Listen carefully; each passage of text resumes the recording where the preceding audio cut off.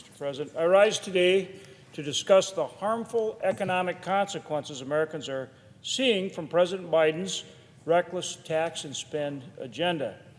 Just yesterday, the Bureau of Labor Statistics released the latest Consumer Price Index figures for the month of August, showing that inflation increased 8.3% compared to August 2021. Inflation has now exceeded 8% for 6 straight months.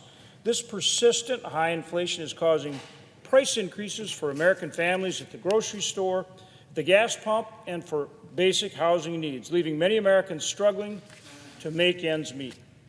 Rather than getting government out of the way, increasing domestic energy production, securing our border, and taking meaningful action to reduce inflation, the Biden administration is instead doubling down on its failed economic policies.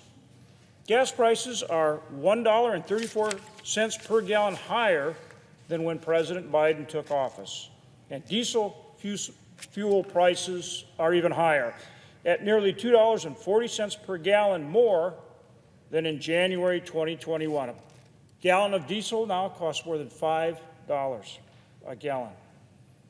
Yet last month, as a follow-up to the massive $2 trillion spending package from March 2021 that fueled the inflationary fire we're now dealing with, Democrats jammed through another package on a party line vote, a tax and spend bill that imposes new energy taxes and Green New Deal-style subsidies that will only worsen our current energy crisis and weaken our nation's economic and national security. Ironically, the so-called Inflation Reduction Act does nothing to reduce inflation. Analysis by economists at Penn Wharton School at the University of Pennsylvania, the Federal Reserve, Moody's Analytics, the Congressional Budget Office, and others all agree that this bill will do nothing to help reduce inflation. Meanwhile, the cost of food at the grocery store has increased 13.5% over the last 12 months, the largest 12-month increase since March 1979. Yet the Biden administration has done nothing to help alleviate these inflationary price increases on Americans.